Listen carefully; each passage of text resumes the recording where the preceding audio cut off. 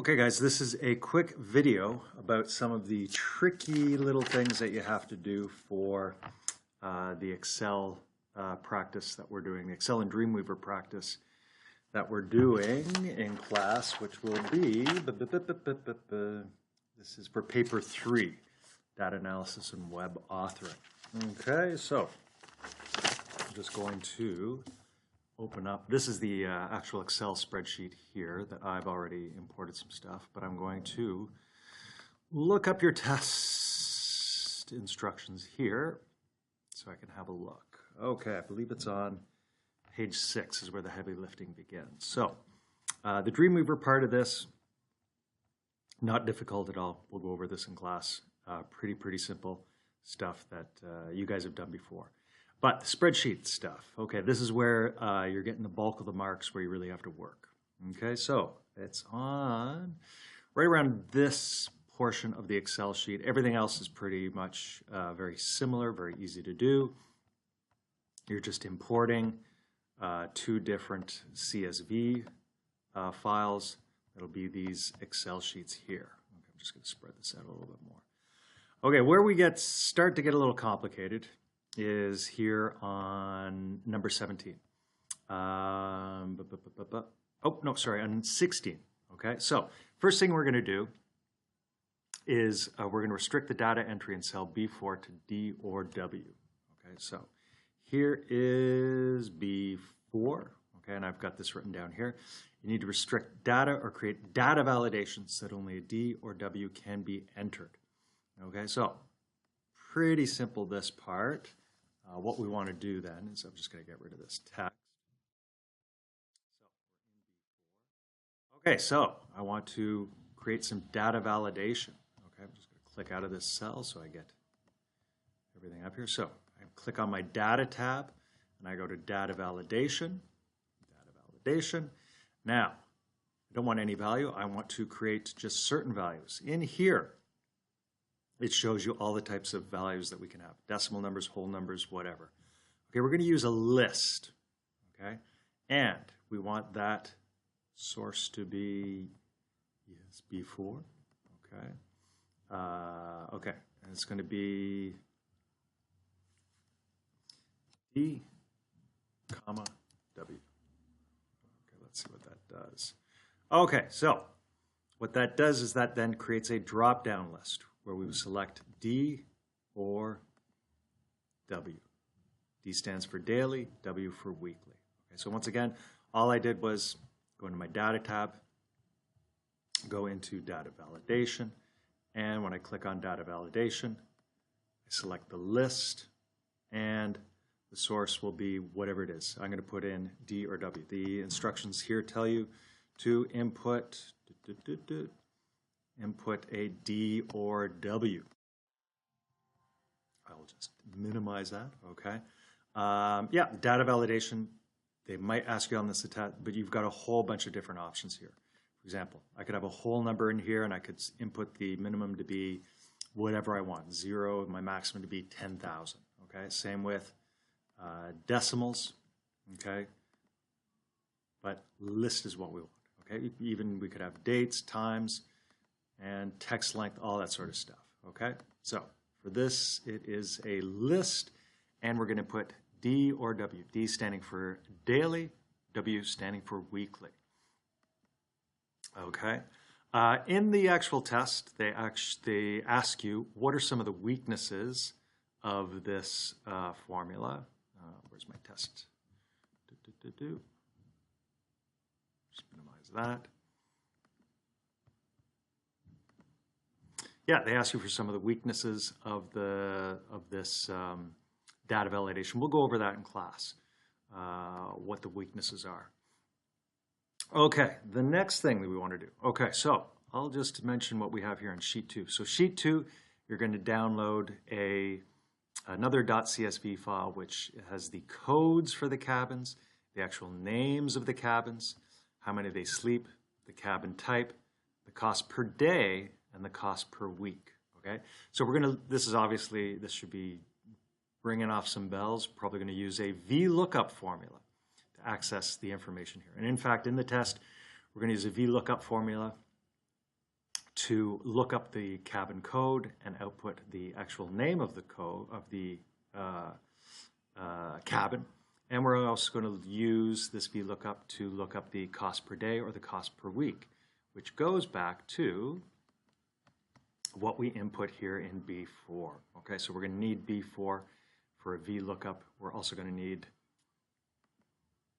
B5 for VLOOKUP to compare the code name to the actual name. And I've just put in an L in here to show you. Okay, so if the cabin code is L, okay, if I use a VLOOKUP, what I should be outputting is Lakeview if they ask, and they will. So we'll go on to that. All right, the next thing we want to do is, let's go back to my test. That's the evaluation. Don't worry, we'll go over that in class.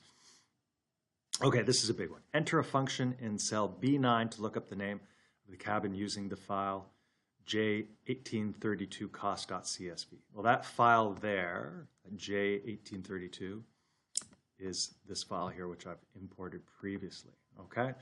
So what we want to do then is have a look and say, okay, hey, whatever is inputted here in,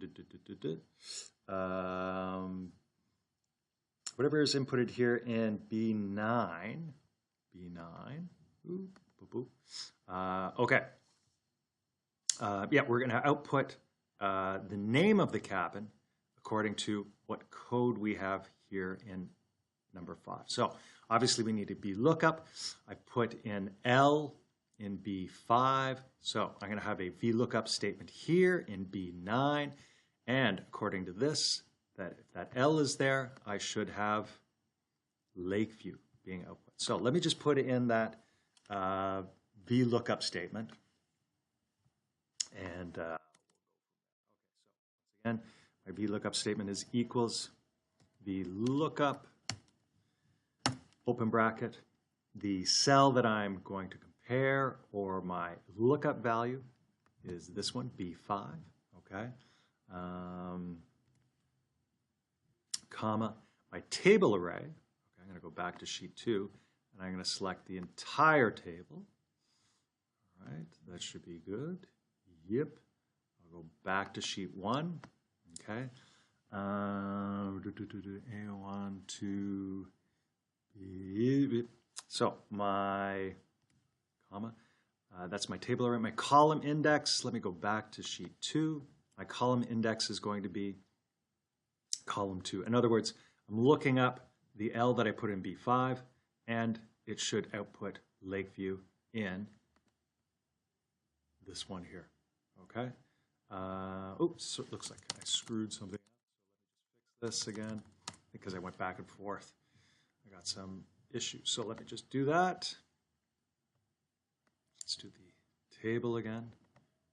Okay, great. Go back to sheet 1. Okay, once again, so my column index is number 2. Okay, number 2. And is it a range lookup or is it an exact match? Well, it is true. Okay, let's hit this.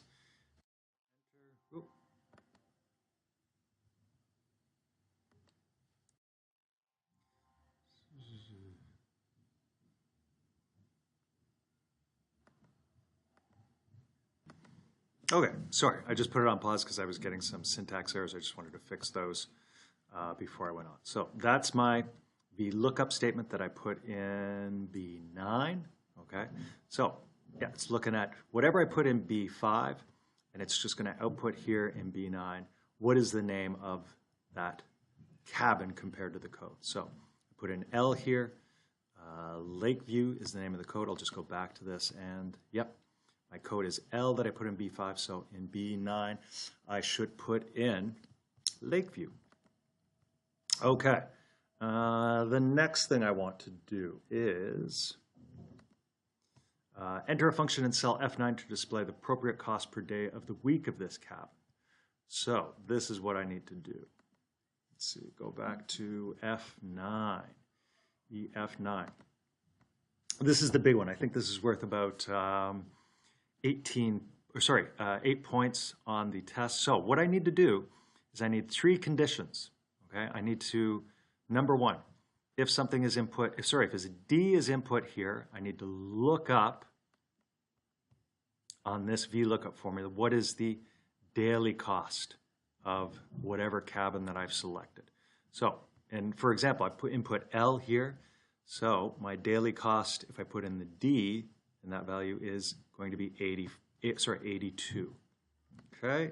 I also need to figure out if I put it in W. So if I put in a W, if I put in a weekly cost, okay, that's going to then compare whatever my cabin code is to the weekly cost. So once again, I've got a L inputted there, and I've now selected a W. So in other words, I need to figure out the weekly cost of Lakeview, which is that, $451. Okay, I'm just going to pause this and put the VLOOKUP statement in there because it's pretty long, and you don't need to see me typing a whole bunch of stuff. Okay, I'll be back in a sec.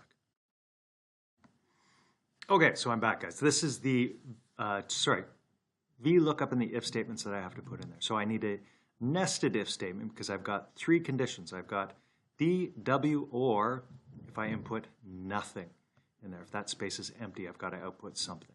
Okay? So in other words, what this does is it says, hey, if whatever is in B4, if that is a D, okay, it will then look up what is the daily cost of the cabin that I've inputted here. If it's a W, okay, it's going to, if it's a W, it will input the weekly rate of whatever I put in here. So I'm using 2 cell references, B4 and B5. B4 is my daily rate or my weekly rate. B5 will be the code of the cabin. And I'm using the VLOOKUP to figure out, let's go back to sheet 2, using the VLOOKUP to determine what will either be the cost per day or the cost per week, depending on what I've put in these 2 cells here, okay?